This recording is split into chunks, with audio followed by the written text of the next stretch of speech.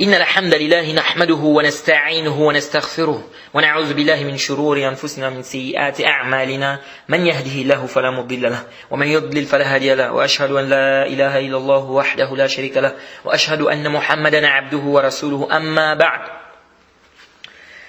Louange à Allah, le créateur des cieux et de la terre, on le loue pour tout ce qu'il nous accorde comme bien et comme grâce, on lui demande des versets, ses grâces et bénédictions sur le prophète Mohammed sallallahu alayhi wa sallam, sa famille, ses compagnons et tous ceux qui les ont suivis jusqu'au jour de la rétribution. Celui qu'Allah a guidé, personne ne peut l'égarer, celui qu'Allah a égaré, personne ne peut le guider. Nous sommes toujours dans l'explication du Durar al-Bahiyya fi Masail al-Fiqhiyya de notre imam Mohammed ibn Ali al-Shawkani rahimahullah. On est toujours au chapitre du jeûne.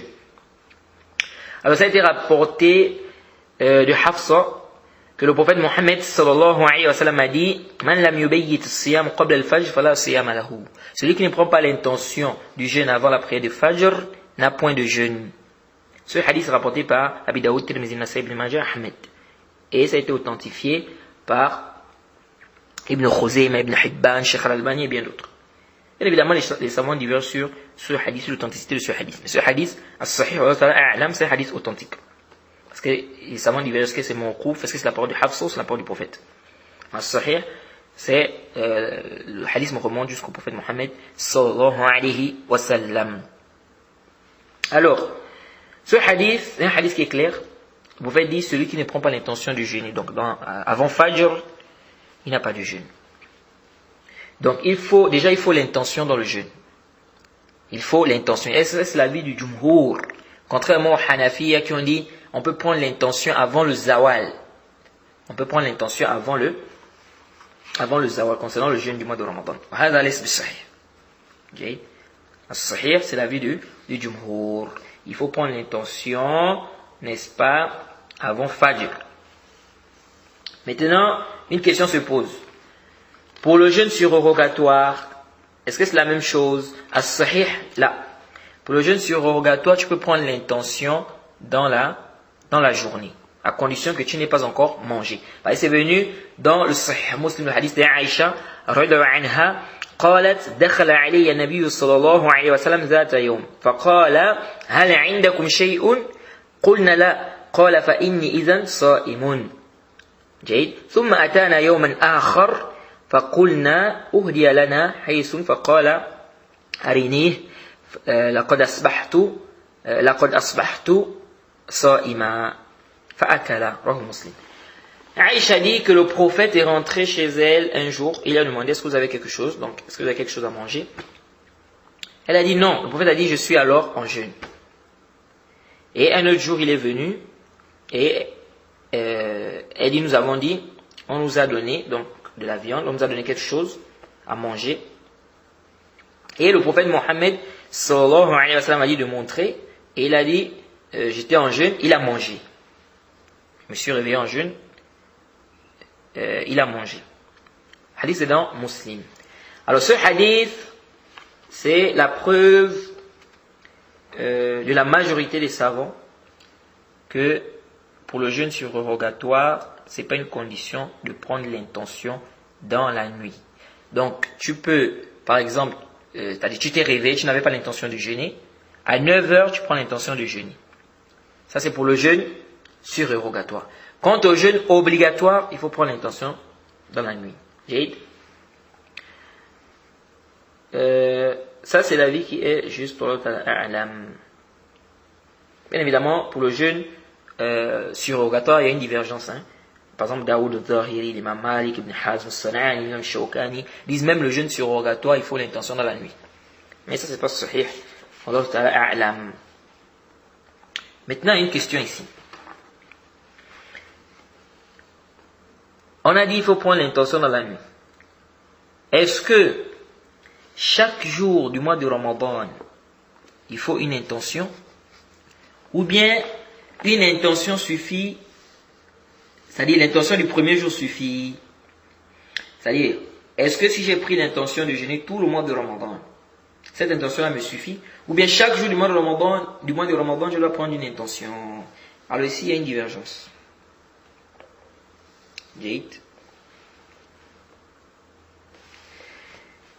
Certains savants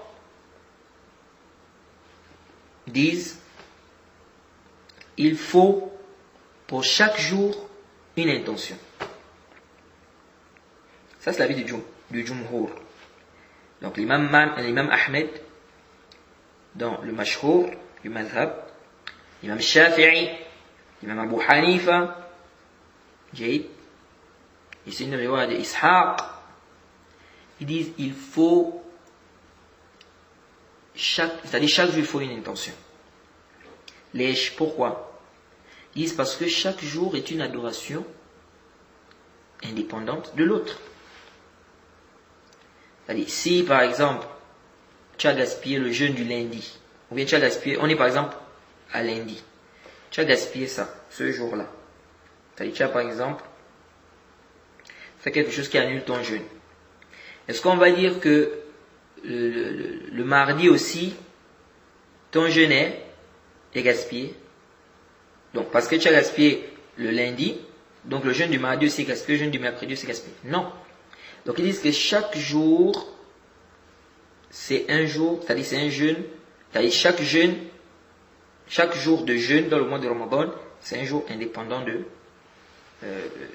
l'autre. Bon. L'imam Malik et l'imam Ahmed dans une version disent si tu prends l'intention le premier jour, ça suffit. Et ça, c'est un avis aussi du Cheikh al-Islam ibn Taymiyyah. Okay. Et c'est aussi l'avis du Cheikh ibn al-Saymin. Ils disent que si tu as pris l'intention le premier jour du mois de Ramadan, ça suffit pour tout le mois. Ils se sont appuyés sur les textes généraux. Le prophète a dit Nama amal biniyat. Jayid. Bon, c'est l'avis de la majorité. C'est l'avis des savants qui disent il faut l'intention chaque jour. Déjà on a le hadith du prophète, il a dit man lam yubayyit as-siyam qabla al-fajr fala siyam lahu. C'est un hadith qui est sarih, qui est clair. Celui qui ne prend pas l'intention de jeûner avant Fajr, il n'a pas de jeûne. Le hadith identifié par le Cheikh Al-Albani et bien d'autres. Donc le hadith il est clair. Donc il faut prendre l'intention dans la nuit. Ça veut dire que tu as de Maghrib jusqu'à avant Fajr pour prendre l'intention. C'est-à-dire que quelqu'un qui a dormi avant Maghrib et il se réveille à Fajr, ou bien il se réveille, le soleil s'est déjà levé, il peut gêner? Là, il ne peut pas gêner. Parce qu'ici, il n'a pas pris l'intention avant le Fajr, donc dans la nuit. Et ici, là, quand on dit Qabl al-Fajr, avant Fajr, c'est-à-dire dans la nuit, parce qu'il y a une version qui a dit Min al-Layl, qui a précisé. Donc dans la nuit, donc avant Fajr. Il faut prendre l'intention dans la nuit. Ça, c'est l'avis que nous trouvons juste. Voilà, vous avez A'lam. Jade.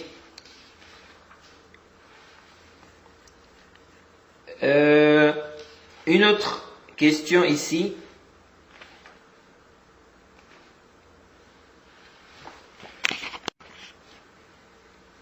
Les gens ont rompu. Ils pensaient que le jeûne est... c'est-à-dire que ils pensaient que la lune, le soleil s'est couché. Les gens pensaient que le soleil s'est couché. Et donc, ils ont rompu le jeûne. Après, ils se rendent compte que le soleil ne s'est pas encore couché. Qu'est-ce qu'ils font? Parce que vous devez savoir que la rupture, c'est lorsque le soleil se couche. Parce que le prophète a dit, il dit, Aqbal alayhi min hahuna, wa adbar an-nahar min hahuna, wa gharabat ash-shams, faqad aftara as-sa'im. Hadith sahih. Le prophète a dit, si la nuit, n'est-ce pas, vient de ce côté, la journée s'en va de ce côté, et que le soleil se couche, le jeûneur a alors rompu son jeûne. C'est-à-dire que la rupture du jeûne, c'est lorsque le soleil se couche.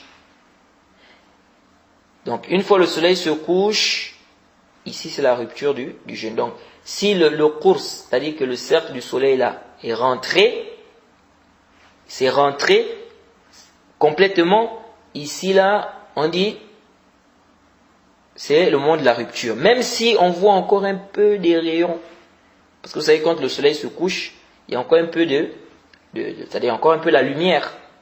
C'est quand la lumière là va disparaître complètement. Souvent ça tend vers le rouge ou l'orange. Quand ça disparaît complètement, il fait nuit, c'est Aïcha. Donc une fois le soleil rentre complètement, ici on est dans l'heure de de la rupture. Jade. Alors, ici, ils ont pensé que le soleil s'était couché. Ils ont rompu.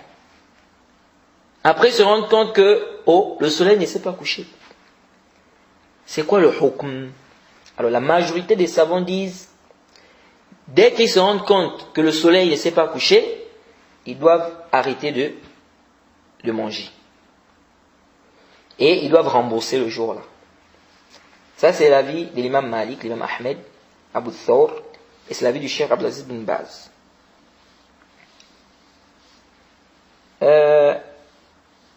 Et ils disent, Allah subhanahu wa ta'ala dit, ثُمَّ أَتِمُّ الصِّيَامَ إِلَى اللَّيْلِ. Accomplissez le jeûne jusqu'à la nuit. Eux, ils n'ont pas accompli le jeûne jusqu'à la nuit, ils ont rompu avant. Donc ils disent, dès qu'ils se souviennent, ils doivent s'abstenir de manger, mais ils doivent rembourser ce jour-là. Ishaq et l'imam Ahmed dans une riwaya, et Daoud al-Zahiri, et al-Muzani, c'est aussi l'avis du Cheikh al-Islam ibn Taymiyyah, c'est l'avis du Cheikh ibn Uthaymin, ils disent là, ils disent il est obligatoire pour eux ici de s'abstenir de manger, mais ils n'ont pas à rembourser le jeûne là. Ils n'ont pas à rembourser le jeûne là. Et ça, c'est l'avis que nous trouvons juste sur le A'lam. Donc, si des gens ont rompu le jeûne, ils pensaient que le soleil s'était couché. C'est-à-dire, ils pensaient que le soleil s'est couché. Après, ils se rendent compte qu'ils étaient en erreur. On dit, dès qu'ils se rendent compte qu'ils étaient en erreur, ils doivent s'abstenir. C'est-à-dire, ils ne doivent plus manger, ils doivent arrêter de manger. Mais, ils n'ont pas remboursé ce jour-là. Jade. Lèche, pourquoi?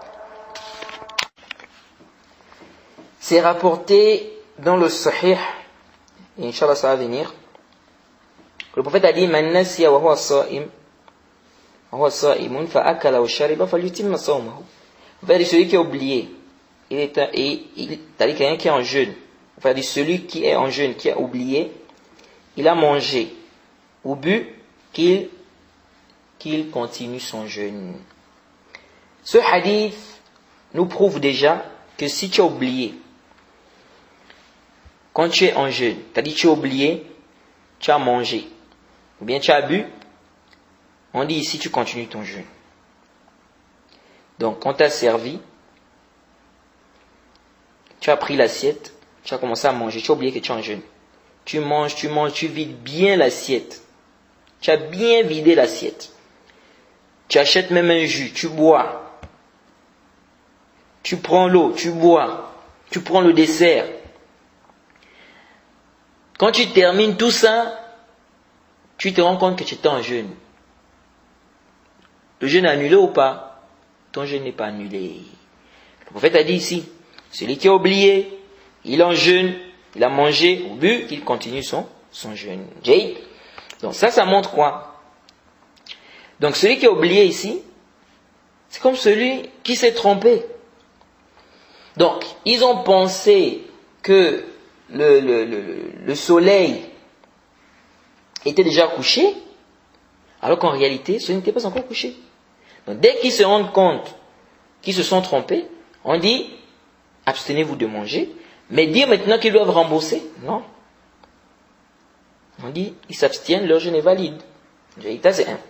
Deux, ça a été rapporté, c'est rapporté dans le Sahih al-Bukhari, le hadith de Asma bint Abi Bakr, qu'ils ont rompu au temps du prophète Mohammed sallallahu alayhi wa sallam le jeûne en pensant que le soleil s'était couché. Puis ils ont vu le soleil.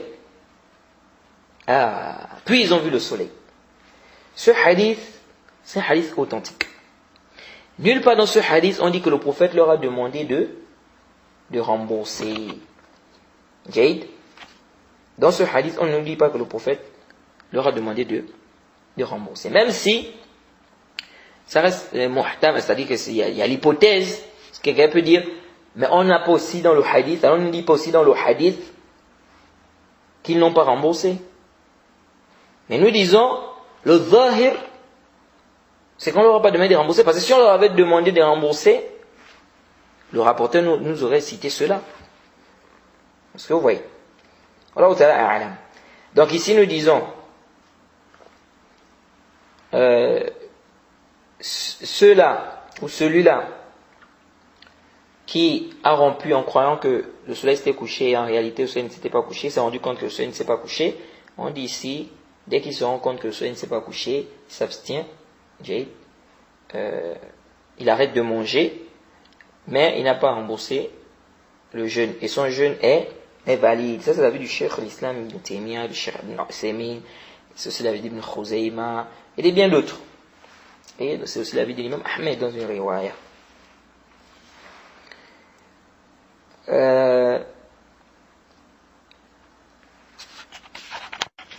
Quant au verset qui dit accomplissez le jeûne jusqu'à la nuit, ils en ont accomplissez le jeûne jusqu'à la nuit. Eux, ils ont pensé que c'était déjà l'heure, c'était le moment. Ils se sont trompés. Ils se sont trompés. Donc on ne doit pas dire ici, c'est comme par exemple, on a le hadith de celui-là qui a oublié. Le hadith que je viens de vous citer. On a dit accomplissez le jeûne jusqu'à la nuit. Lui, il a mangé dans la journée. Mais malgré son dit qu'ils sont gênés, parce qu'on est noce. Donc ici, c'est la même chose. Nous disons, si quelqu'un s'est trompé ici, c'est par erreur, on dit que son jeûne est valide.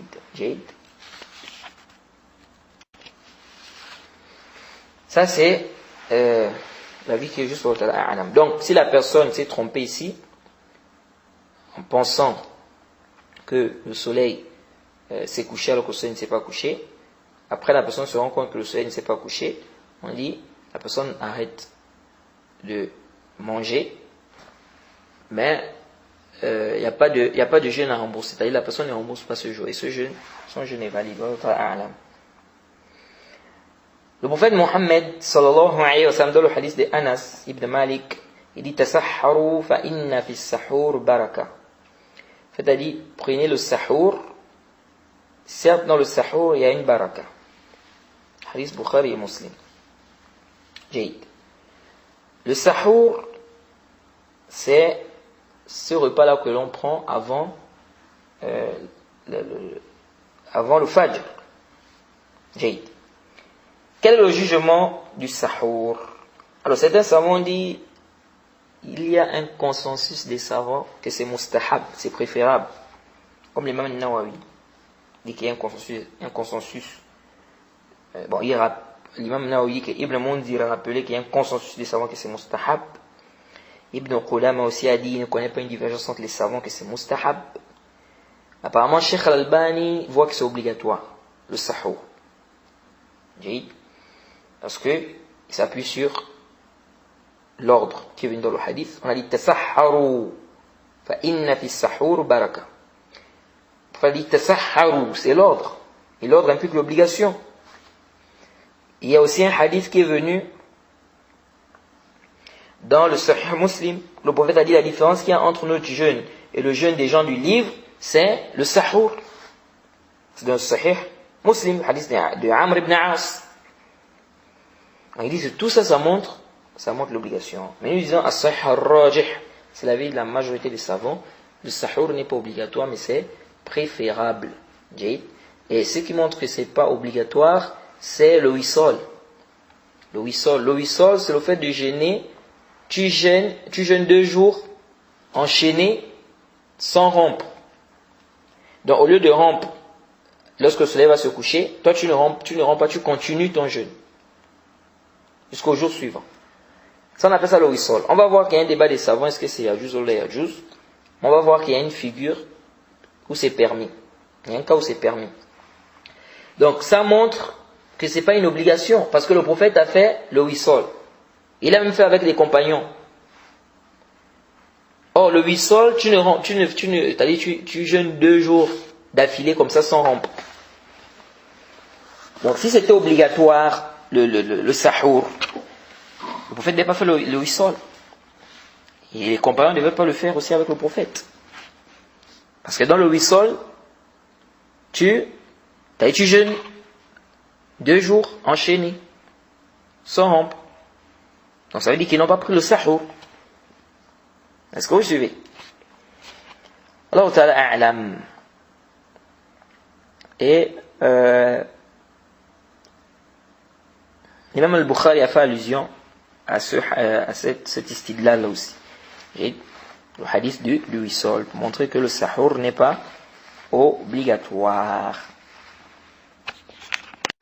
Et je ne connais pas des savants qui ont dit que le sahour est obligatoire, à part le Cheikh Al-Albani.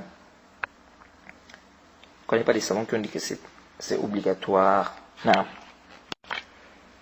Et c'est pas la peine de ce qu'on fait au pays là, de dire aux gens, on va dire aux gens, arrêtez de manger à 4h15, 4h10, 4h05 ou 4h pile. Alors que la prière de Fajr, c'est par exemple à 5h35 ou 5h40 ou parfois même 5h45. Il n'y a pas de dalil dans ça. Il n'y a pas de dalil dans ça. Dire aux gens d'arrêter de manger alors qu'on n'est pas encore arrivé à l'heure où on doit arrêter de manger, ça c'est pas sahih. Allah subhanahu wa ta'ala a dit وَكُلُوا وَاشْرَبُوا حَتَّى يَتَبَيَّنَ لَكُمُ الْخَيْطُ الْأَبْيَضُ مِنَ الْخَيْطِ الْأَسْوَدِ مِنَ الْفَجْرِ. Mangez et buvez jusqu'à ce que se distingue pour vous le fil blanc du fil noir, c'est-à-dire le fil blanc de la journée, du fil noir de la nuit. Donc jusqu'à Fajr en fait, jusqu'à l'aube. Donc on arrête de manger, c'est à ce moment-là. Donc, si l'aube est déjà là, tu arrêtes de manger. Tu arrêtes de manger. Mais dire aux gens d'arrêter de manger avant, nous disons là. Voilà la limite ici, Allah dit حَتَّى يَتَبَيَّنَ لَكُمُ الْخَيْطُ الْأَبْيَضُ مِنَ الْخَيْطِ الْأَسْوَدِ مِنَ الْفَجْرِ. Surat Baqarah, verset 187. C'est ça le moment où on doit arrêter de manger. Pourquoi vous voulez demander aux gens d'arrêter de manger à un moment où on n'est pas encore... C'est-à-dire, c'est pas le moment qu'Allah subhanahu wa ta'ala a demandé. Moi, je ne comprends pas les gens. C'est-à-dire, Allah subhanahu wa ta'ala nous demande de faire comme ça. Vous nous dites, non, ne faites pas comme ça, faites comme ça. Et quand on veut appliquer ce qu'Allah a dit, vous trouvez que c'est nous qui créons les problèmes. Quelqu'un une fois m'a vu manger. Il me dit, oh, tu manges, toi je n'ai gaspillé. J'ai dit, comment ça, moi je n'ai gaspillé? Il me dit, non, mais parce qu'on a d'arrêter à 4h05. Et là, on a déjà dépassé, on est déjà à 4h10. On est à 4h15. Toi, tu es encore en train de manger. J'ai dit, non, c'est pas comme ça. J'ai dit, c'est pas comme ça. Où est-ce qu'Allah subhanahu wa ta'ala a dit qu'on doit arrêter de manger à 4h05? Tu as un dalil qui dit que c'est à 4h05 qu'on doit arrêter? Là. Le verset était clair. Le verset m'a dit à quel moment je dois arrêter. On m'a dit manger.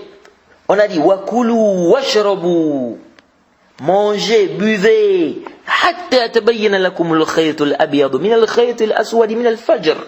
Allah me dit de manger, de boire jusqu'à ce moment-là. Pourquoi toi tu me dis d'arrêter avant ce moment-là? Et quand moi je vais appliquer ce qu'Allah a dit, tu trouves que c'est moi qui crée la fitna, c'est moi qui crée les problèmes. Donc j'ai expliqué une fois, j'ai dit non, c'est pas comme ça, voilà le verset.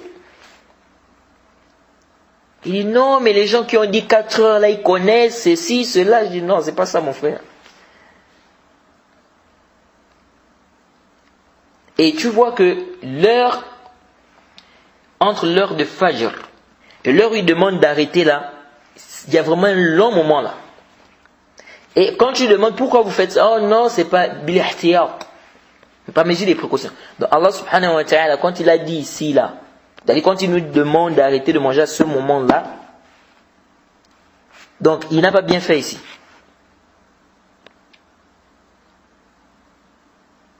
Parfois tu vois des gens qui viennent avec des choses, subhanallah.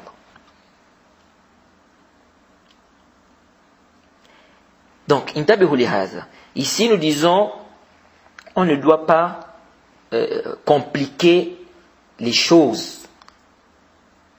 L'islam a facilité les choses. Il ne faut pas compliquer les choses. On t'a dit wakulu washrabu, mangez, buvez, hatta yatabayyana lakum al-khayt al-abyad min al-khayt al-aswad min al-fajr. Donc l'aube est là, l'aube est apparue, le fajr as-sadiq intaha. Donc tu peux plus manger ici. Et dans le Sahihain, le prophète a même dit, l'azan de Bilal ne doit pas vous empêcher de manger. Il fait l'azan dans la nuit. Vous devez savoir qu'il y a 2 azans dans le Fajr. Je crois qu'on a parlé de ça dans le chapitre de l'azan. Donc, le premier azan là, doit m'empêcher de manger. Donc, as-sahih al-rajih, la shakka fihi, c'est que l'histoire de demander aux gens, bien dire aux gens, d'arrêter de jeûner, de manger, je sais pas, 30 minutes avant l'heure exacte, ça c'est pas juste. Je dois arrêter de manger lorsque il y a le fajr. Il y a même certains salafs qui sont allés plus loin. Ibn Mundhir rapporte même de certains salafs, il y en a qui sont allés plus loin que ça. À quel moment on doit arrêter de manger? Il y en a qui sont allés plus loin. Est-ce que vous voyez? Non, c'est pas seulement le fajr là, non. Il y en a qui ont failli dépasser ça même. Donc, intabihu li hadha. Donc, le verset ici est clair. On n'a pas à apporter des choses pour venir compliquer les musulmans. C'est-à-dire compliquer les gens, n'est-ce pas, le jeûne. Si la personne doute, est-ce qu'on est déjà à Fajr ou bien on n'est pas encore à Fajr? Ici, la majorité des savants te disent tu as le droit de manger jusqu'à ce que tu sois sûr qu'on est déjà à Fajr. C'est-à-dire, quelqu'un est en train de douter. Est-ce que l'aube véridique est déjà arrivée ou pas? Ici, nous disons le ans, la base, c'est la nuit. Ça, c'est la base. On est sûr, on va sur le as. On dit al-as baqa au shay ala makan. Donc la base, c'est qu'il fait nuit. Maintenant, tu doutes. Est-ce qu'on est déjà est-ce qu'on est déjà à l'aube ou pas? Nous disons, reste sur la base. Jusqu'à ce que tu aies la certitude. Donc, quelqu'un qui doute, est-ce qu'on est déjà à Fajr, est-ce qu'on n'est pas encore à Fajr, c'est-à-dire, est-ce qu'on est déjà à l'aube ou on n'est pas encore à l'aube? On dit, tu as le droit encore de manger ici. Jusqu'à ce que tu sois sûr que on est à Fajr. Ça, c'est l'avis de la majorité des savants. Parce qu'Allah subhanahu wa ta'ala dit wa kulu washrabu hatta yatabayyana lakum. Le verbe yatabayyana, il faut bien comprendre le sens là. Hatta yatabayyana. Mangez, buvez. Jusqu'à ce que se distingue pour vous. C'est distinct. Tabayyana, c'est-à-dire ça doit être clair. Yatabayyan. Jusqu'à ce que se distingue pour vous le fil blanc de l'aube du fil noir de la nuit. C'est-à-dire l'apparition en fait de la lueur de l'aube. C'est ce qui est voulu ici. Donc Allah subhanahu wa ta'ala a été clair. Hatta yatabayyan. C'est wabih. Donc si tu doutes, on dit tu as encore le droit de manger jusqu'à ce que l'aube, que tu sois sûr que l'aube est déjà apparue. Et le Cheikh al-Islam Ibn Taymiyyah a dit dans le Majmou' al-Fatawa, au tome 25, à la page 260, il dit وَالشَّاكُ فِي طُلُوعِ الْفَجْرِ يَجُوزُ لَهُ الْأَكْلُ وَالشُّرْبُ وَالْجِمَاعُ بِالِاتِّفَاقِ. Il a dit, celui qui doute, est-ce que l'aube est apparue ou pas, il dit, il est permis pour lui de manger, de boire, d'avoir des rapports par consensus. Ibn Taymiyyah dit, par consensus. Il dit celui qui doute. Mais à Sahih, il n'y a pas un consensus parce que l'imam Malik a contredit cela, comme Al-Hafiz ibn Hajar a cité dans le Fath al-Bari, au tome 4, à la page 161. Donc on va dire la majorité des savants te disent, quand tu doutes, tu as le droit de manger, tu as le droit de boire, tu as le droit d'avoir des rapports avec avec ta femme, jusqu'à ce que tu sois sûr, jusqu'à ce que tu aies la certitude qu'on est rentré dans Fajr, qu'on est dans l'aube, c'est-à-dire qu'il y a déjà, la lueur de l'aube est apparue. Une autre question. Quelqu'un a mangé, ou bien quelqu'un mange, il pense que c'est pas encore Fajr, c'est pas encore l'aube. Après quelque temps, il se rend compte que c'est déjà l'aube. Est-ce qu'on va dire ici que son jeûne est gaspillé? As-sahih, là. Donc ici, il a le même jugement que celui-là qui pensait que comment on appelle, que le soleil s'était déjà couché alors que le soleil ne s'était pas encore couché. Donc celui-là qui mange, qui pense que c'est pas encore l'aube, après il se rend compte que c'était l'aube, on dit ici, la personne, son jeûne n'est pas gaspillé. Jade. Il est comme celui-là qui a jeûné, Jade, qui a rompu, il croyait que le soleil était déjà couché, alors que le soleil ne s'était pas encore couché. Alors il y a un hadith qu'on rapporte souvent, hadith rapporté par Abi Daoud, Tirmizi, Nasai, Ibn Majah, Ahmed. On rapporte, on dit, le prophète a dit, Iza aftara ahadukum falyuftir ala tamrin, fa in lam yajid falyuftir ala ma'in, fa innahu tahur. Le hadith Salman ibn Amir. On dit que le prophète a dit, si l'un d'entre vous rend son jeûne, qu'il rend cela par une date, s'il ne trouve pas par de l'eau. Là, c'est une purification. Bon, ce hadith, c'est un hadith qui est da'if. C'est un hadith qui est da'if, la yasih, wa la yathbut, rapporté à l'intérieur qui est inconnu. Et le Cheikh Al-Albani, rahimahullah, a dit que c'est da'if dans le Irwa, au tome 4, à la page 49 à 50. Il a dit que c'est da'if.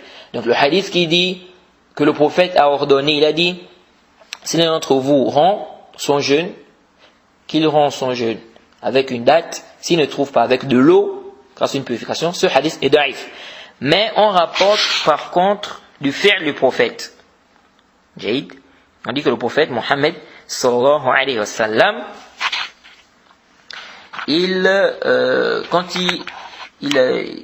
c'est-à-dire quand il faisait la rupture, il prenait les dates. Jaïd.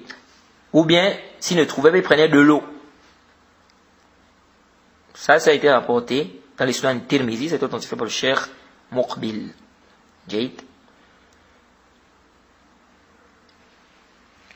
Bon, bien évidemment, ce hadith aussi, certains savants débattent sur son authenticité. Jaïd. Mais, à la kulli hal, la personne, ce qui est demandé ici, c'est de rompre ton jeûne. Donc, si tu rends ton jeûne avec de l'eau, alhamdulillah, si tu rends avec des dates, alhamdulillah. Jaïd. Et le doua aussi, en réalité, on n'a aucun hadith authentique qui nous parle d'un doua spécifique quand on rend son jeûne, c'est-à-dire lors de la rupture.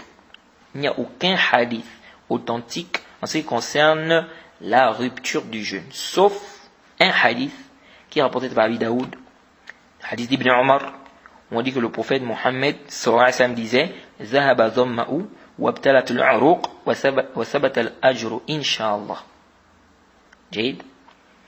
C'est le seul hadith qui est venu, qui est aqrab ila sihha, on va dire qui est Hassan, concernant le dua pour le jeûne. Et c'est un hadith qui a été authentifié par le Cheikh Al-Albani, rahimahullah ta'ala. Jaïd. Quant au hadith qui dit, il y a aussi un autre hadith où on dit que tu dis Allahumma laka sumna wa aftarna wa kaza wa kaza. Ça c'est un hadith qui est da'if. Le hadith est rapporté par Daraqutni. C'est un hadith qui est da'if, la yasih wa la yathbut, comme certains savants ont dit. Jayd. Souvent on dit celui qui jeûne, son invocation n'est pas, ou celui qui rend le jeûne, on va dire, son invocation n'est pas rejetée. Bon, ce hadith, le hadith qui dit que celui qui jeûne, son invocation n'est pas rejetée, c'est un hadith à problème au niveau de la chaîne de transmission. Par contre, on a un hadith d'Abu Huraira, qui est venu dans les Sunan Ibn Majah. Et ce hadith a été authentifié par le Cheikh Muqbil et bien d'autres. Et malheureusement, beaucoup de gens ne savent pas ça. Le prophète Mohammed sallallahu alayhi wa sallam dans ce hadith nous dit que 3 personnes, leur invocation n'est pas rejetée. 3 personnes. Un imam juste, le jeûneur jusqu'à ce qu'il rend son jeûne, et l'invocation de celui qui a été opprimé. Alors, ce qui nous intéresse dans ce hadith, c'est le jeûneur jusqu'à ce qu'il rend son jeûne. Ça veut dire que l'invocation du jeûneur n'est pas rejetée.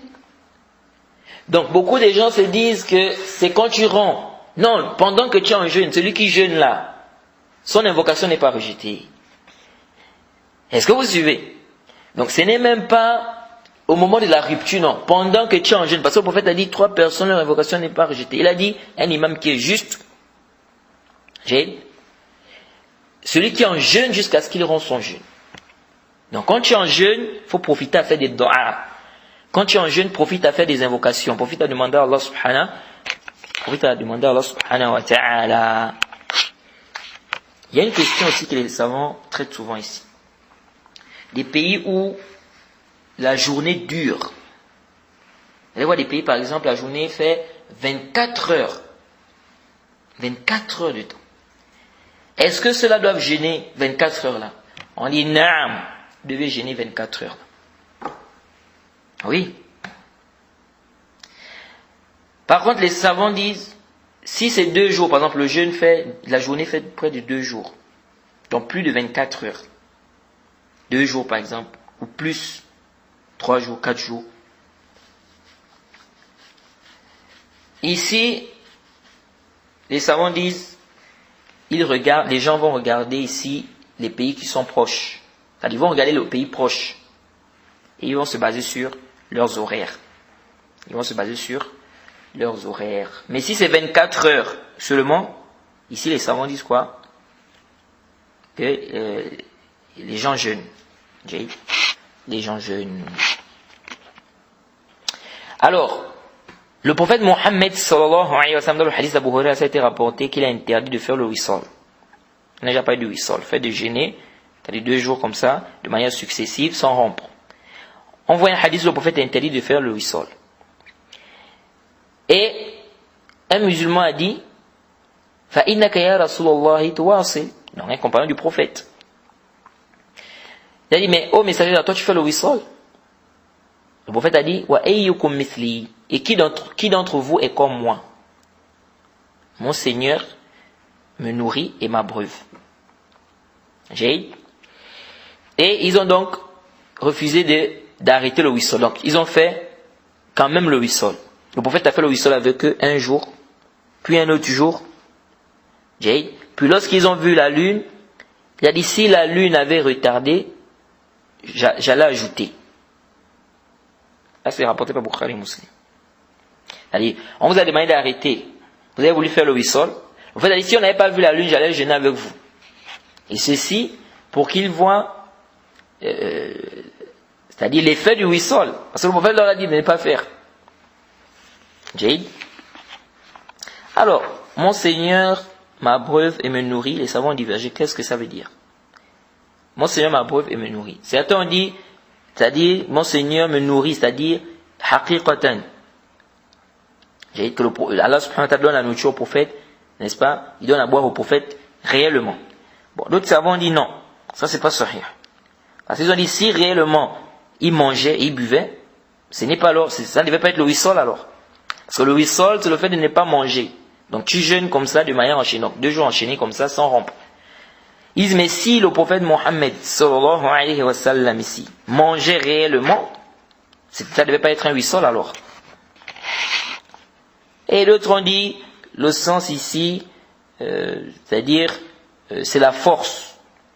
C'est-à-dire, c'est comme s'il disait que Allah subhanahu wa ta'ala me donne la force de celui qui a mangé, celui qui a bu. C'est un débat des savants sur le sens de mon Seigneur me donne à manger et m'abreuve. Alors, quel est le jugement du wissal? Alors, les savants ont divergé. Certains ont dit, c'est permis si la personne ne rencontre pas une difficulté dans ça.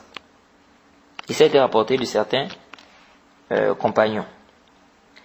D'autres ont dit, bon, le dalil de ceux-là, les savants qui ont dit que c'est permis tant que la personne ne rencontre pas une difficulté, ils disent que le prophète a fait avec des compagnons. Donc ils disent, ça montre que c'était pas en fait une interdiction en tant que telle. C'était une miséricorde pour eux.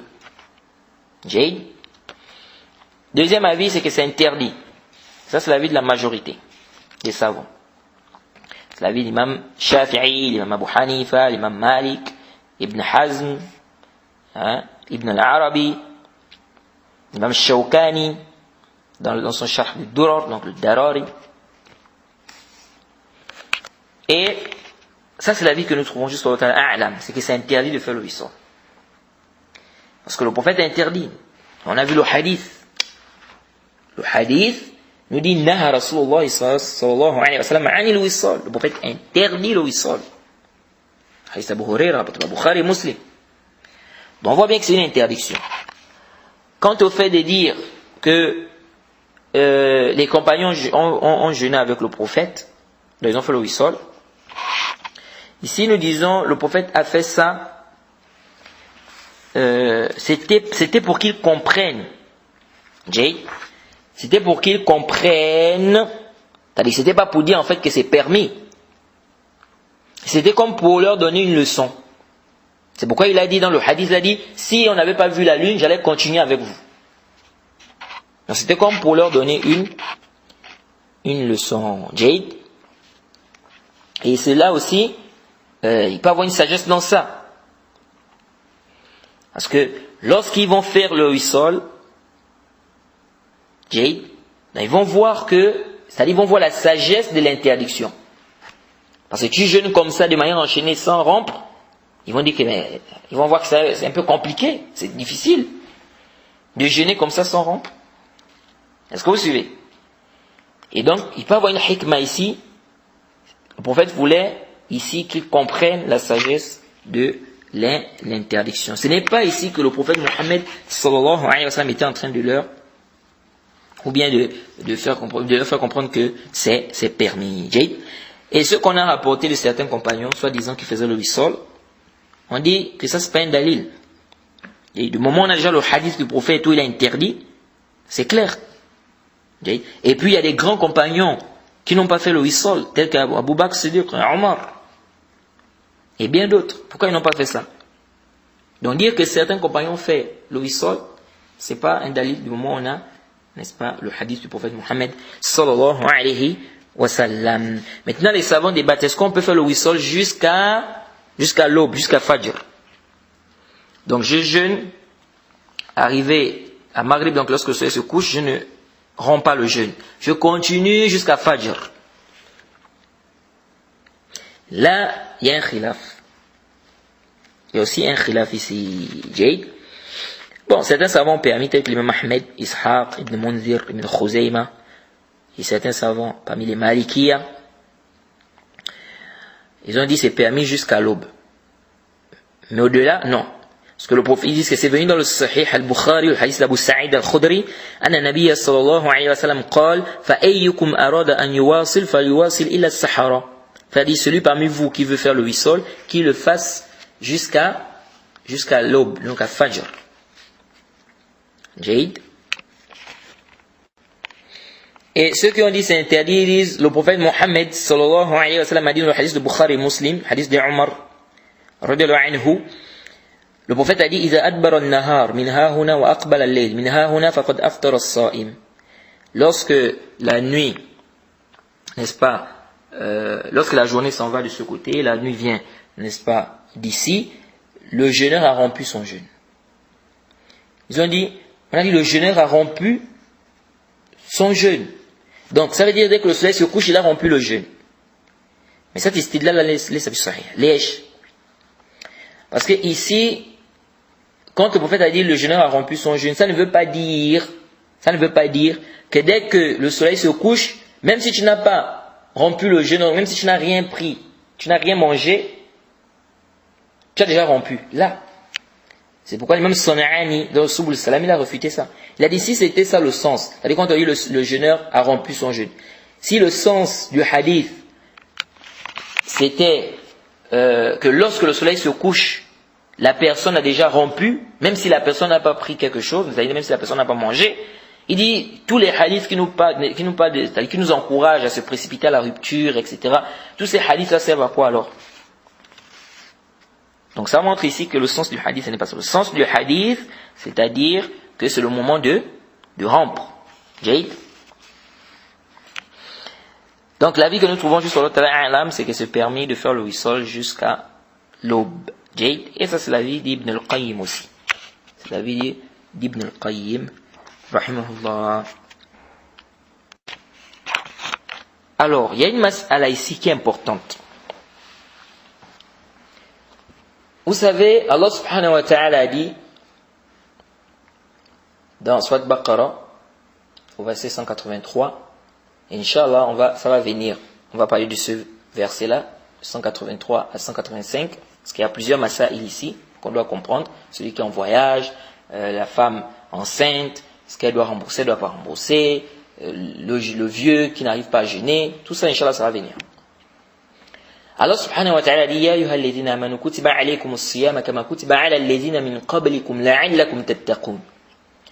Allah subhanahu wa ta'ala dit, selon la traduction rapprochée, ô vous les croyants, ou bien ô les croyants, on vous a prescrit le jeûne comme on l'a prescrit à ceux d'avant vous, ainsi atteindriez-vous la piété. Afin d'atteindre la piété. On vous a prescrit le jeûne comme on l'a prescrit à ceux qui vous ont prescrit à ceux d'avant vous, donc ceux qui sont passés avant vous, afin que vous puissiez atteindre la piété. Le but du jeûne, c'est d'atteindre la piété. Donc quand tu jeûnes, il y a un but qui est voulu là. Vous allez voir que beaucoup de gens aujourd'hui jeûnent, mais tu vas voir qu'après le jeûne, après le mois de Ramadan, il devient pire que pendant le mois de Ramadan. Quand vous regardez, vous méditez bien, vous allez voir quoi? Que beaucoup de gens, dans leur tête, le jeûne, c'est s'abstenir de boire, de manger, ou bien d'avoir des rapports sexuels. De boire, de manger, d'avoir des rapports sexuels. Le jeûne, ce n'est pas que ça. Ce n'est pas que ça. Le jeûne, c'est quelque chose de plus vaste. C'est quelque chose de plus vaste. Tu vas voir quelqu'un pendant le mois de Ramadan, il est en train de voler l'argent des gens. Il insulte les gens. Il fait des bagarres. Le mensonge, c'est lui. La médisance, c'est lui. Mais il te dit, il est en jeûne. On a vraiment compris le sens du jeûne. Allah subhanahu wa ta'ala dit la'allakum tattaqun, afin que vous puissiez atteindre la piété. Comment on va atteindre la piété comme ça? Parce que lorsque tu jeûnes, ce n'est pas juste arrêter de manger et boire. Il y a plein de gens qui ne mangent pas, qui ne boivent pas pendant la journée. Même des koufars, vous allez voir des koufars comme ça, ils ne mangent pas, ils ne boivent pas.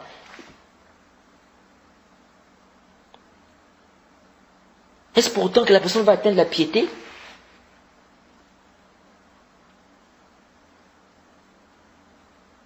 Donc, intabihu lihadha. Intabihu lihadha.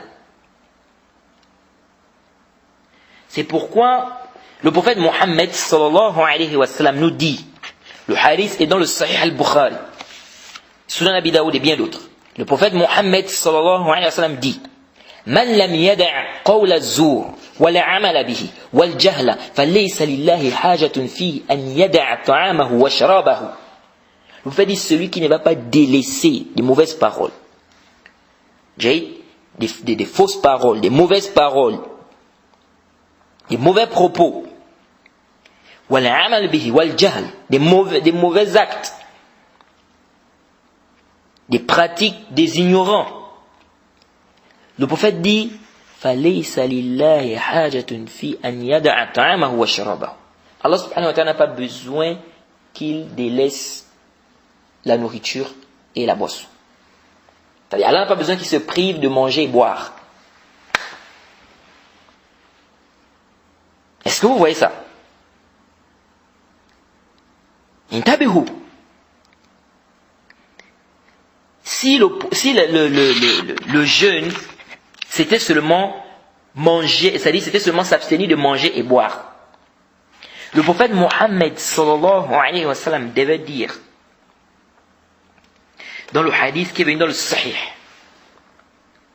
le prophète Mohammed sallallahu alayhi wa sallam nous dit dans ce hadith, celui qui est en jeûne, il dit fala yarfus. Il ne doit pas, n'est-ce pas, celui qui est en jeûne doit s'abstenir des mauvaises paroles. Yarfus, certains savants disent, on peut aussi parler aussi des rapports sexuels ici. Donc la personne doit s'abstenir des mauvaises paroles.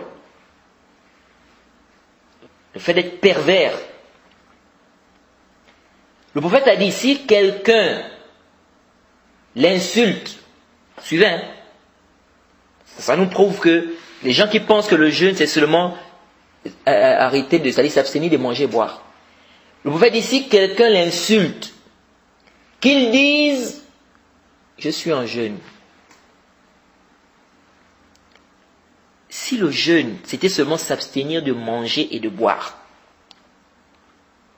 le prophète devait dire, dans ce hadith, si quelqu'un t'insulte, dis à la personne, je suis en jeûne. Regardez, hein, le prophète ici, c'est-à-dire ici on te demande de ne même pas répondre à celui qui t'attaque. Que dire de celui qui attaque les gens pendant le mois de Ramadan? Il est en jeûne, il est en train d'attaquer les gens. Il insulte les gens, il fait des bagarres, il vole l'argent, la médisance. Que dire de quelqu'un comme ça? Le fait ici, quelqu'un t'insulte, dis je suis en jeûne.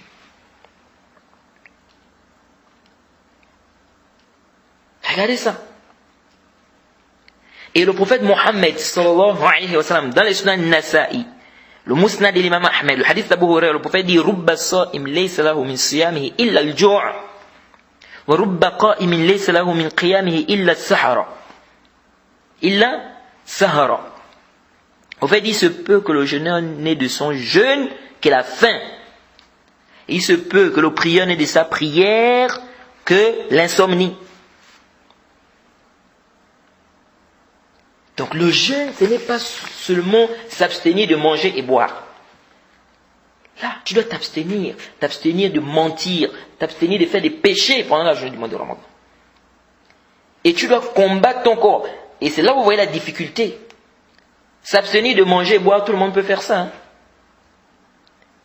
Mais s'abstenir des péchés pendant le mois de Ramadan, donc tu dois délaisser le mensonge, l'escroquerie, le vol d'argent, la médisance, les injures. Tout ça, tu dois délaisser ça. La perversité, la grossièreté. Tu es en jeûne. Et c'est là où vous voyez la difficulté. C'est-à-dire, s'abstenir de ces choses-là, vraiment très peu de personnes, pendant le mois de Ramadan, s'abstiennent. Des fois, plein de gens sont dans des péchés terribles. D'autres même, c'est pire, d'autres regardent des films porno pendant la journée du mois de Ramadan. Subhanallah. Allah t'a accordé des yeux, subhanallah. C'est une ni'ma, les yeux. Les yeux là, c'est une ni'ma. Wallahi, c'est une ni'ma. Au lieu d'utiliser ces yeux là dans le halal, toi tu utilises ça dans le haram. Ça c'est une ingratitude. Ton Seigneur t'a accordé des yeux. Il y a des gens qui ne voient pas. Il y a des gens qui vont te dire, si on peut me donner la vue, bien sûr on peut me permettre de voir, ne fût-ce qu'une heure de temps, il dit ça me suffit. Je veux juste voir à quoi ressemblent mes enfants. Juste ça. Je vois à quoi ressemblent mes enfants. Après je peux redevenir aveugle. Mais toi, alhamdoulilah, Allah t'a facilité, tu vois. Tu as 2 yeux. Et tu prends ça, vous mettez ça dans le haram. Tu regardes ce qui est haram pendant la journée du mois de Ramadan. Je suis en jeûne, je suis en jeûne. C'est ça le jeûne qu'on t'a demandé de faire? C'est pourquoi certains salafs, tels que Aouzaï, disaient que si tu fais la riba, la médisance, pendant le mois de Ramadan, pendant la journée du mois de Ramadan, ça t'annule le jeûne. Ibn Hazm, il allait même plus loin. Ibn Hazm dit tous les péchés. C'est-à-dire si tu fais un péché pendant la journée du mois de Ramadan, le jeûne est gaspillé. Jeûner, faire le péché pendant la journée du mois de Ramadan, quand tu es en jeûne, tu jeûnes, tu fais le péché, il dit ça nul. Et il s'appuie sur le hadith là, le hadith d'Abu Huraira. Celui qui ne délaisse pas les mauvaises paroles, les mauvaises pratiques des ignorants. Allah n'a pas besoin qu'ils se privent de manger et boire. Il s'appuie sur ça. Le prophète a dit, Allah n'a pas besoin qu'ils se privent de manger et boire. Il dit, ça annule le jeûne. C'est pas une petite affaire, les frères. Et là, c'est pour le hadith, où le prophète a dit, il se peut que le jeûne ne son jeûne que la faim.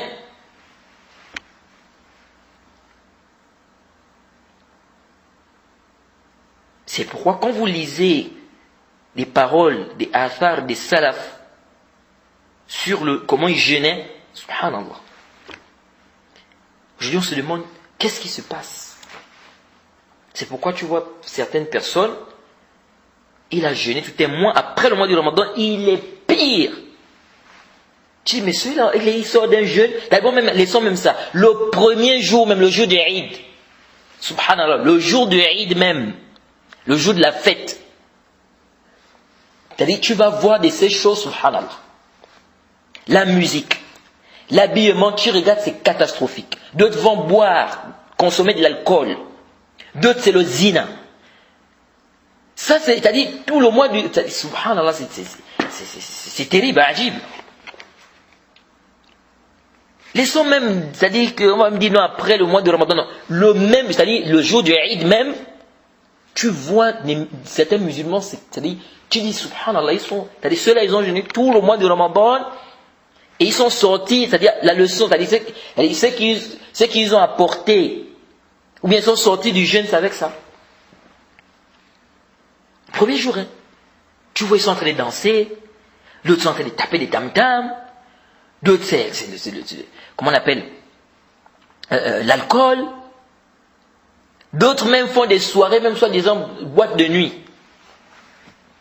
On fait passer des annonces, et shahada.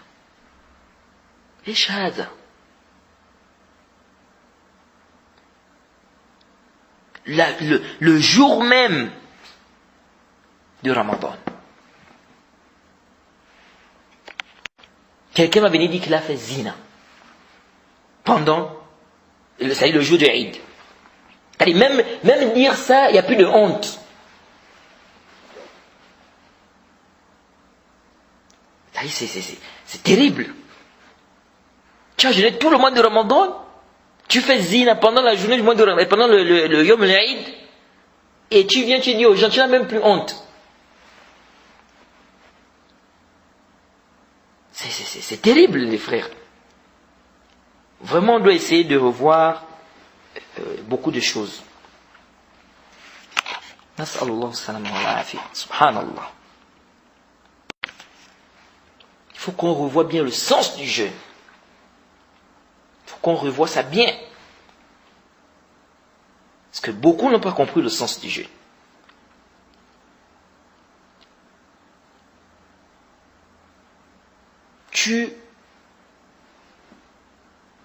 Quand tu t'abstiens, et c'est pourquoi le plus dur pendant le mois de Ramadan, c'est pas de s'abstenir de manger et boire, mais c'est s'abstenir des péchés.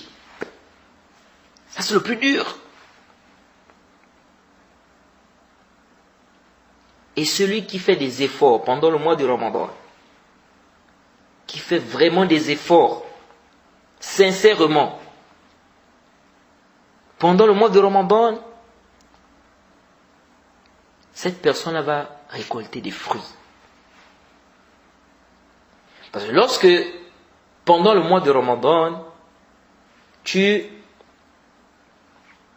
t'abstiens de ces péchés-là, ou des péchés, des mauvaises paroles, pendant un mois, tu es en train d'éduquer ton nafs. Ça veut dire que, normalement, tu dois commencer à t'habituer. Donc, ça veut dire qu'après un mois, tu dois sortir de là, c'est-à-dire, tu as délaissé ces choses-là. Vous voyez des gens, pendant le mois de Ramadan, la rupture, ils rendent le jeûne avec la cigarette. Cigarette, c'est terrible. D'autres même vont te dire, non, ça n'annule même pas le jeûne. On se demande qui les a précédés dans ça. Qui t'a précédé? Qui t'a précédé parmi les savants que la cigarette n'annule pas le jeûne? Qui? Donc la religion là, c'est comme ça. Donc, c'est-à-dire une personne s'élève et puis, bon, je pense comme ça, je dis que c'est ça. C'est comme ça que ça se passe.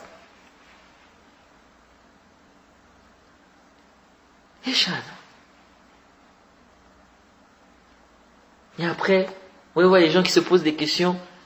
Ah, mais Allah subhanahu wa ta'ala dit dans le verset, afin que vous puissiez atteindre la piété. Mais moi, après le Ramadan, là, je sens même que je suis devenu pire. Je ne sais pas ce qui se passe. Je ne comprends pas. Il faut revoir. Il faut revoir ta façon de faire. Donc, le Ramadan arrive. Il faut profiter. Il faut délaisser les mauvaises choses. Faire l'istighfar. Demander Allah pardon. C'est un mois, alhamdulillah.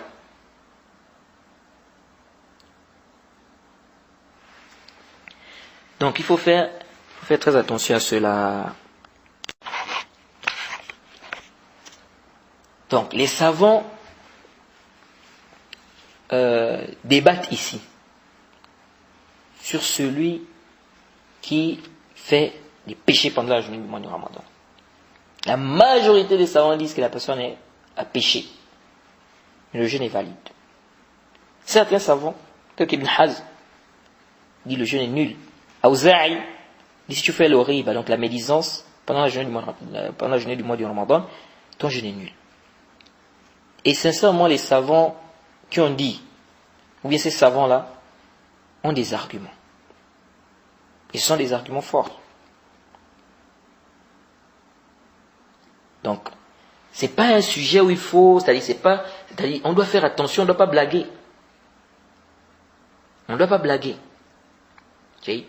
Bon, certains savants disent, si on dit ça, si on dit quelqu'un qui fait des péchés pendant le mois de Ramadan, son jeûne est annulé, ils disent, mais personne n'aura le jeûne alors. Parce qu'il est difficile que quelqu'un reste pendant tout un mois sans péché. Est-ce que vous voyez? La personne doit faire des efforts pour, c'est-à-dire tu dois combattre ton nafs. Tu dois faire un combat pour t'abstenir des péchés également. C'est pas seulement t'abstenir de manger et boire. Là, Jade. Alors, vous devez savoir que le jeûne, il y a des choses qui annulent cela. Il y a des choses où les savants sont unanimes que ça annule le jeûne. Il y a des choses où les savants divergent. Manger et boire, ça c'est clair. Manger et boire, volontairement, ça annule le jeûne. Avoir des rapports sexuels aussi, ça annule le jeûne, volontairement. Alors,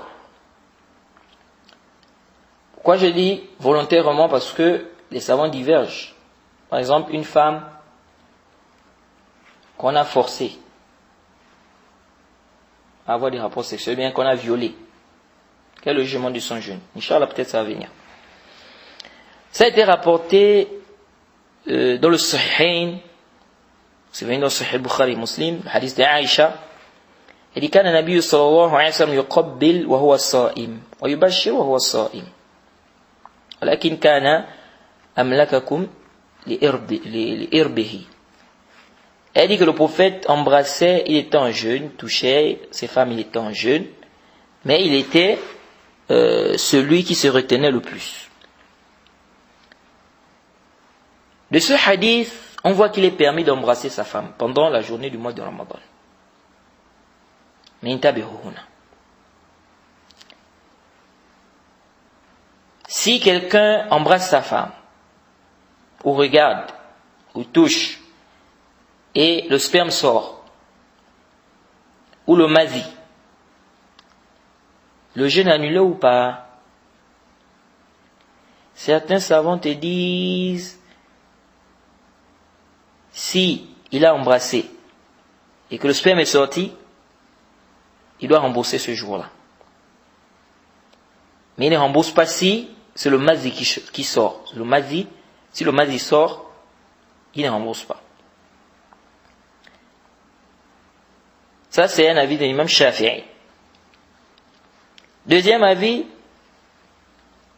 c'est l'avis de l'imam Malik.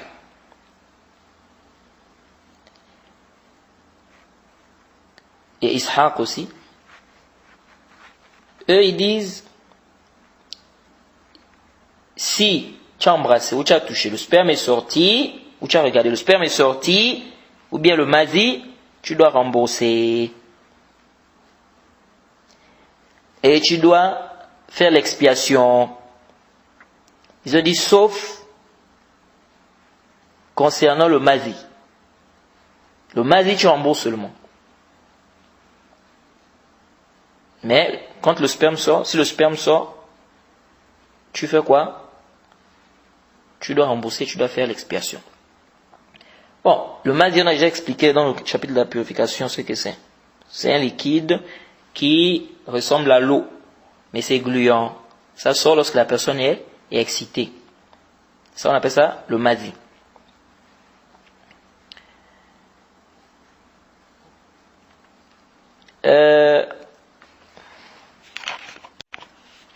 Troisième avis, c'est ceux qui ont dit il n'y a pas d'expiation à faire, il n'y a rien à rembourser. Et ça, c'est l'avis d'Abi Muhammad ibn Hazm, c'est l'avis de l'imam Sana'ani, et c'est l'avis du Cheikh Al-Albani, c'est l'avis du Cheikh Muqbil.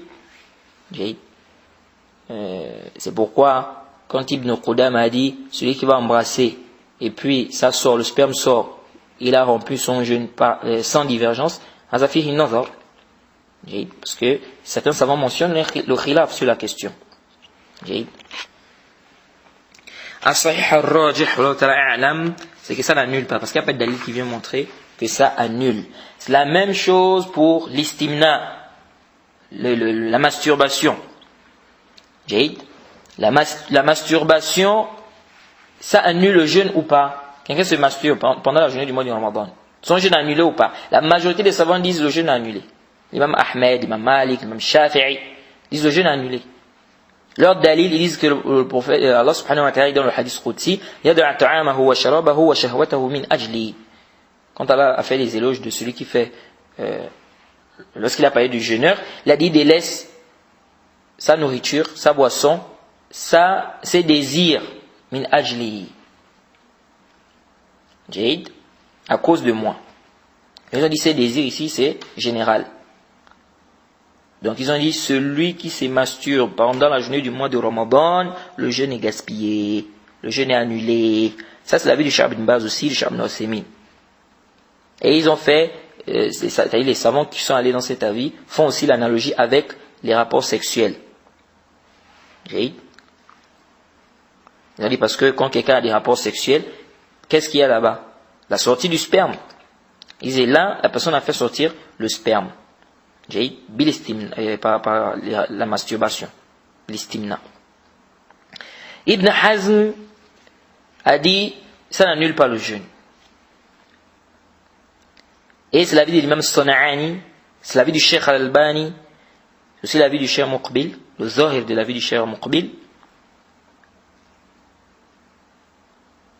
Et c'est l'avis que nous trouvons juste sur la A'lam. C'est-à-dire la masturbation n'annule pas le jeûne. Et comme a dit Ibn Hazm, il n'y a pas de dalil. Il a dit il n'y a pas un nas qui montre que ça annule le jeûne. As-Sahih al-Raj, c'est que ça n'annule pas. C'est pourquoi, si quelqu'un vient dire que telle chose annule le jeûne, on demande Aina dalil. Où est le dalil? Et puis il ne faut pas confondre ici. Il y a deux mas'ala ici. Le jugement de la masturbation et l'annulation du jeûne. C'est deux choses différentes parce que les gens confondent. Quelqu'un une fois est venu me dire, Cheikh Al-Albani a dit que la masturbation est permis, c'est-à-dire c'est permis de se masturber. La masturbation est permise. J'ai dit non. Cheikh Al-Albani n'a pas dit que la masturbation est permise. Cheikh Al-Albani, il parle du hukm du jeûne, le jugement du jeûne de celui qui se masturbe. C'est ce qu'il a dit, ça n'annule pas le jeûne. Quand il dit ça n'annule pas le jeûne, ne veut pas dire qu'il dit que la masturbation est permise. Donc il faut faire attention. Parce qu'il y a des gens qui confondent. Dans le jugement de la masturbation, ça c'est une autre mas'ala là-bas. Là on est en train de parler du jugement du jeûne de celui qui se masturbe. Pendant la journée du mois de Ramadan, il se masturbe. Ou bien il jeûne et il se masturbe. Quel est le jugement de son jeûne? Son jeûne est valide ou son jeûne est annulé? Donc il ne faut pas mélanger les masaïl. Alors nous disons il n'y a pas de dalil qui justifie que celui qui se masturbe pendant la journée du mois de Ramadan, son jeûne est annulé. Là, pas de dalil. Où est le dalil? Le hadith qui dit il délaisse la nourriture, la boisson, ses désirs pour moi. On dit ici dans le hadith, quand il a parlé des désirs, qu'est-ce qu'il est voulu par désir? C'est tout ce qui est désir? Si c'est tout ce qui est désir, on va dire, celui qui regarde une femme avec désir pendant la journée du mois de Ramadan, son jeûne aussi doit être annulé. Parce qu'il n'a pas délaissé ce désir. Est-ce que vous suivez? Donc, on ne doit pas comprendre ici qu'il laisse ses désirs, c'est-à-dire toutes sortes de désirs là. Ça doit être ici compris par rapport aux autres textes. Et on n'a pas de dalil, on a de dalil qui montre que si tu as des rapports sexuels avec ta femme, ça annule. Mais on n'a pas de dalil c'est-à-dire qui prouve que celui qui se masturbe, son jeûne est annulé. Il n'y a pas de dalil comme ça. Et quand on fait de faire l'analogie entre les rapports sexuels et la masturbation, c'est pas l'analogie là ne tient pas. Pourquoi? Parce que nous disons, celui qui a des rapports sexuels avec sa femme, mais le sperme ne sort pas, son jeûne est annulé ou pas? Son jeûne est annulé. Les savants disent son jeûne est annulé. Et dès que tu as des rapports sexuels avec ta femme, même si tu n'as pas fait sortir le sperme, le jeûne est annulé. Jade Mumtaz. Ça veut dire ici que ce qui annule le jeûne, ce n'est pas le fait que le sperme sorte. Ce sont les rapports sexuels. Parce que si c'était le fait que le sperme sorte, ça veut dire que celui qui a des rapports avec sa femme et dont le sperme ne sort pas, son jeûne n'est pas annulé. Donc ça veut dire que ce n'est pas un problème de la sortie du sperme là, c'est un problème des rapports sexuels. Donc celui qui a des rapports sexuels avec sa femme, ça annule son jeûne. Ce n'est pas un problème de la sortie du sperme. Donc ici on ne peut pas dire celui-là il a fait sortir le sperme volontairement, ça annule. Et on veut faire l'analogie avec celui qui a des rapports sexuels. On dira ça, les sahih.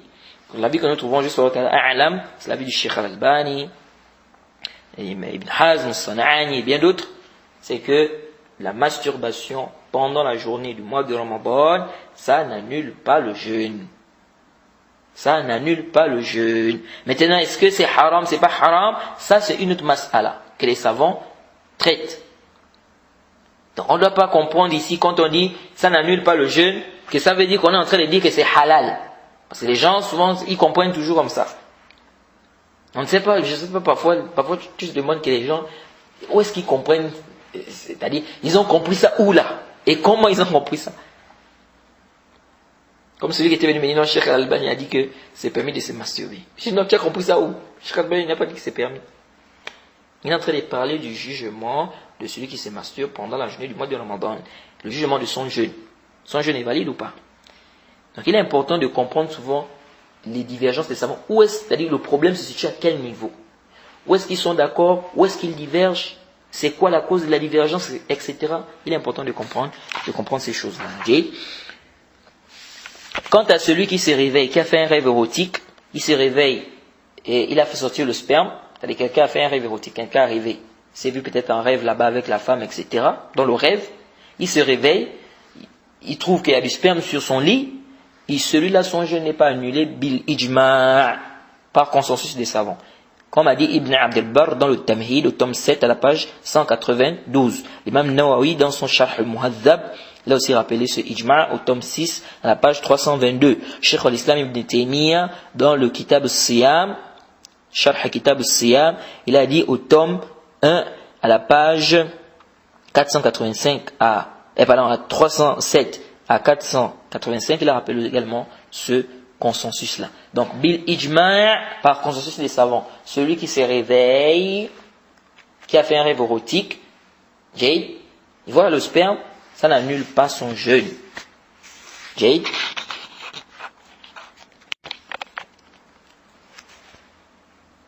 Car il n'y a pas de dalil qui prouve ou qui justifie que son jeûne est annulé. On s'arrête ici, on demande qu'Allah nous facilite, qu'Allah donne la compréhension de sa religion.